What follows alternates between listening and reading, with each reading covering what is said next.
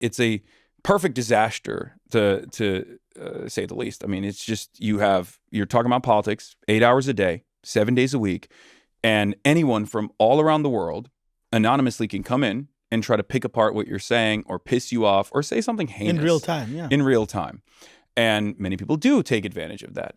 That, in my opinion, creates really productive discourse, and it can be unproductive. Oh, interesting. But then on top of that, I have entire groups organized on the internet that sit inside of Discord servers and subreddits that spend a good deal of time watching and logging every single thing that happens on the stream, so they can like clip something out of context and then disseminate it to a lot of right-wing groups. And I've noticed that this is something that happens almost exclusively to people on the left. People on the left have to face opposition from the entirety of the right wing, right? From moderate Republicans all the way to neo-Nazis and white nationalists alike. But they also face a lot of opposition from a big chunk of the Democratic Party's commentary base as well. Not necessarily the voters, but certainly from consultant groups, lobbyists, and those invested in maintaining the corporate interests at the center of power in the Democratic Party. And AOC has to deal with this all the time as well. Bernie Sanders has to deal with this all the time as well. There's this like very different set of standards for people who are bold advocates to make people's lives a little bit better than it actually is. People who do believe in that. People who are considered radical, I guess, for American politics. Not so radical for European politics. I mean, Bernie Sanders would be the average politician in Norway, right? His attitude, his views ideas are not radical at all. As a matter of fact, he'd probably slot into like a center, maybe even a center-right party in some of these countries, right? Or at least his output. But in America, if you're advancing the interests of Medicare for all, the interests of the people over interests of corporations and profit, you're seen as this like crazy guy. A lot of people have started referring to you as the Joe Rogan of the left. How do you feel about that? I mean, I have my opinions, but I want to know, because you're the person they're speaking about. Yeah. What you think about it. I mean, I think Joe Rogan is a goon, but a goon? Yeah, he's what a funny word. He's kind of a dumbass, but not a word my friend would use. Goon. That's not me. I'm not a goon. Yeah, Trevor would never say Joe Rogan. Goon. No. Trevor would say friend. Yeah. Confidant. Trusted confidant. Yeah. Yeah. Ally. Yeah. Fellow bow hunter. Yeah. Exactly. Broadheads galore. Elk eating. Yes. I mean, I don't align with Joe Rogan on virtually any issue, especially as of late. No. But I think what they mean is like they're saying I'm like reaching out. They're saying you are. Yeah. There's this school of thought that says you are what, ironically, the Democrats said they needed after Trump won even. Yeah. And then going into like Trump's second term. Trump 2. Yeah, Trump 2. I like sequels. They went like, oh, you know what's lacking on the left? The left doesn't have a Joe Rogan. The left doesn't have a manosphere. The left doesn't have a space where there's engaging, hard discussion that doesn't have a veneer of CNN on it, doesn't have the lobbyist stench on it. It needs, and then they said, this is the person.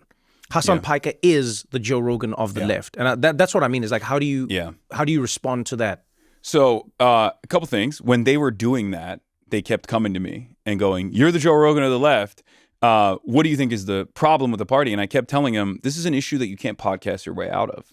Like, this is a problem. This is a crisis within the ranks of the Democratic Party. It's a messaging problem, but more importantly, it's a policy problem. Oh, right? Damn. Having a bunch of sponsored or well-funded liberal content creators is probably good to combat some of the misinformation if they're focusing all their efforts on tackling the growth of right-wing independent media that's still firmly committed to the party apparatus as a part of its like propaganda machine. But you're not necessarily going to win elections off of that alone.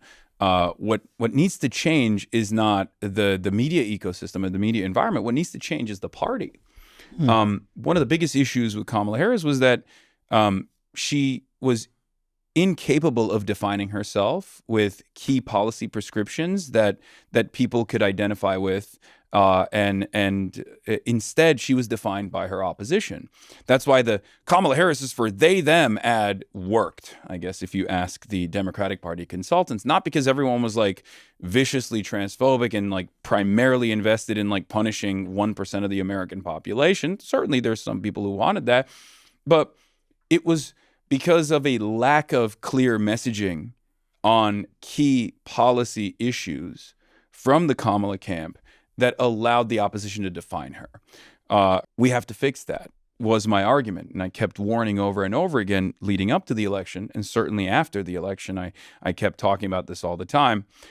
They, of course, predictably did not listen. They said, no, you're the Joe Rogan of the left. And then I was like, okay, all right, bet. Sure, I'm going to now also push forward candidates that are bold, that are actually invested in making material changes that will improve people's lives. Zohran Mamdani was one of them, right? And then they went, no, not like that. We don't want that actually at all. You're a terrorist, actually. Hopefully, Trump, he's right here. This guy, get him. That's what it turned into. We'll be right back after this short break. All right, Eugene, let's play a little game. Make something fun. 2 truths and a lie. Here we go. 1, I've had to tell a world leader that their fly was undone. 2, when getting dressed, I don't do sock, shoe. I do sock, shoe. 3, I've been a Verizon customer for 11 years. What do you think? Very confused. First of all, why would a world leader own a fly? Because those things just come uninvited. Secondly, lying to your friends is not cool. There's never been a game. No, Eugene, a fly is for, like, the zip is what, and then it's not a lie. It's a game where I'm trying. It's like I give you information. Okay, I lied. All 3 are true, Eugene. And in case you were thinking, Verizon isn't as expensive as you think. In fact, if you bring in your AT&T or T-Mobile bill, they'll give you a better deal. And the reason I've been with them for this long is just because I travel so much. I need a network that's reliable. That's right, a better deal on the best network with the most ways to save on plans, streaming, and phone deals. Take your AT&T or T-Mobile bill to your local Verizon store today, get your better deal, and start saving for real. Based on Root Metrics' best overall mobile network performance, US second half 2025, all rights reserved. You must provide recent consumer mobile bill in the name of the person redeeming the deal. Additional terms, conditions, and restrictions apply. So, do you understand how 2 truths and do you understand it now? I understand that you didn't have to lie first before telling me that Verizon is the best. No, I wasn't lying. Eugene, it's not a lie. I wouldn't lie to you. It's a game. Okay, I'm sorry. I lied.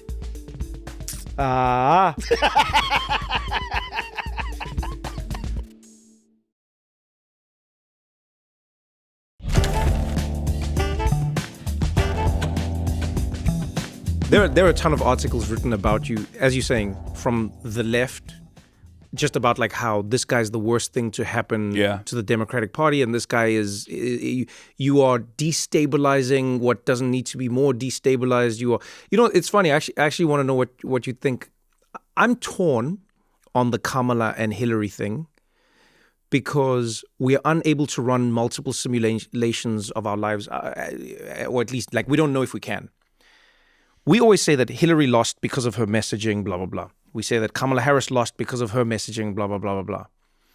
I sometimes think we take for granted the fact that they were both women.